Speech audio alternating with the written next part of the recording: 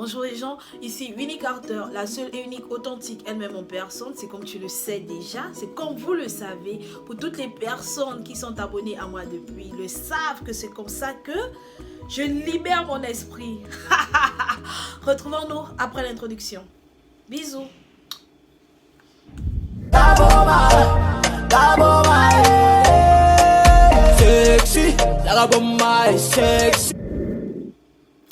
Voilà, on va dire que c'est ma seconde story time, ok?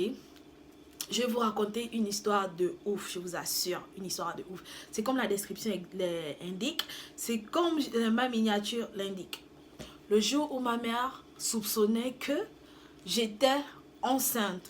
Pour toutes les personnes qui me connaissent, ils savent que moi, j'ai pas vraiment vécu avec mes parents.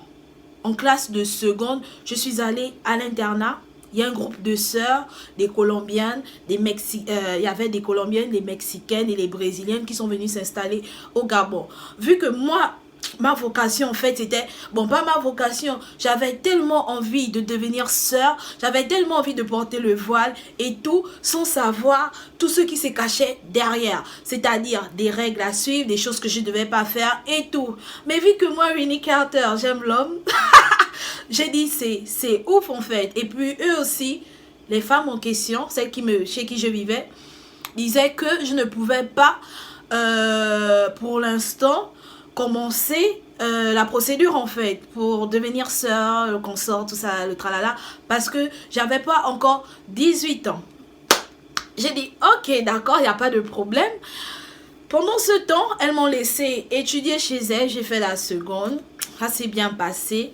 La terminale, c'est là où tout a basculé. Parce que c'est en terminale que j'ai rencontré un garçon, un enfant de cœur. Voilà, que j'aimais beaucoup. Un connard. Mon griffe. Un enfant de cœur que j'aimais beaucoup, ok? Lui et moi, on sortait ensemble. On n'avait pas encore eu des rapports, qu'on va dire rapport, non. On sortait ensemble. On flirtait ensemble, vous voyez, bisous à base de bisous et tout. Les personnes qui savaient que j'étais en couple chez moi, il y a ma petite soeur parce que elle c'est ma confidente numéro 1. Il y avait ma tante, j'ai grandi avec les petites soeurs de maman parce que je pense que ce sont les dernières filles de ma grand-mère. On peut dire qu'elles étaient peut-être de la même génération que moi. Il y a une qui avait, comment dire, quand je parle de génération, je parle de jeunesse, elles sont beaucoup jeunes en fait. Elles avaient, je pense, une avait 24 ans et l'autre 26 ans.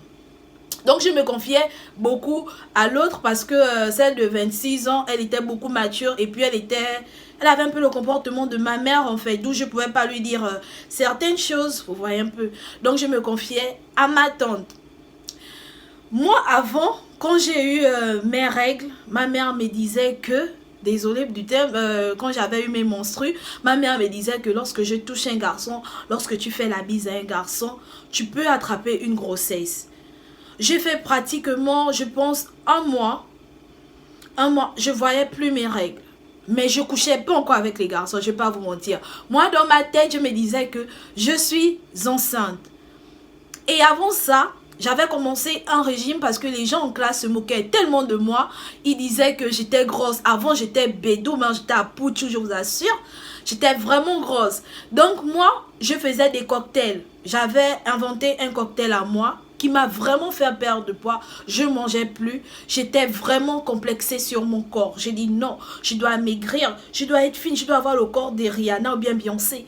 J'ai commencé à faire, comment dirais-je, des cocktails à base de vinaigre, de citron et de glaçons. Imaginez ce cocktail de ouf. Mon estomac, mon pancréas, avec tout cet acide que je mélangeais de ouf, je ne savais pas en fait. Je ne regardais pas encore les effets secondaires. Moi, dans ma tête, je me disais que je dois perdre de poids et je dois faire. C'est ça mon objectif. Je vais perdre du poids. Donc, c'est un peu ça. Je commençais à boire. Et en classe, les profs ont constaté que je maigrissais sévèrement. J'avais vraiment perdu de poids de ouf. Mon prof d'anglais, parce que moi, je m'entendais vraiment bien avec mes profs. Vous-même, vous connaissez, je suis une personne un peu familiale en fait. C'est ça. Bon, ouais, j'aime beaucoup avoir des relations avec les gens. Quand je parle de relations, c'est-à-dire j'aime être en bon, comment dirais-je, en bonne relation, quoi, avec les gens, vous voyez un peu. Voilà.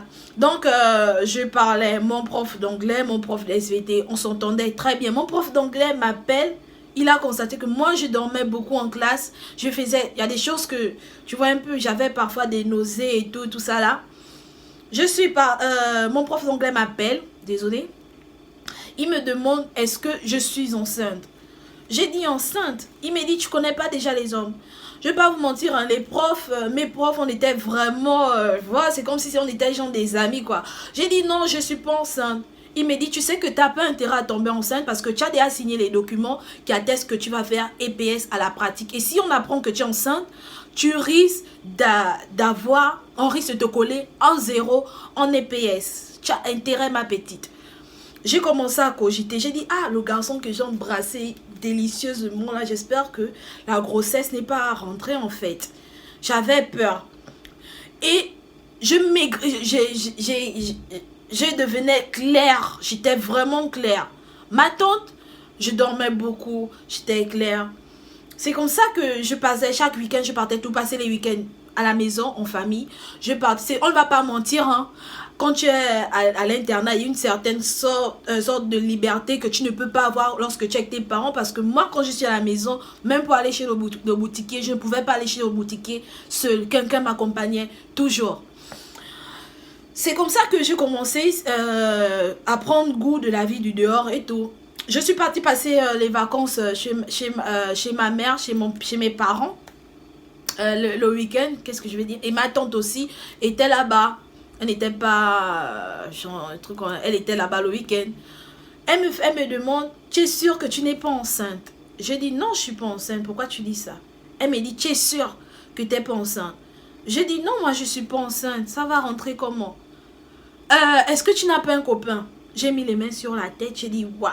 En tout cas, elle m'a posé des questions et je savais que j'avais déjà fait certaines choses. Bon, coucher avec le gars en question, j'avais pas encore couché avec lui.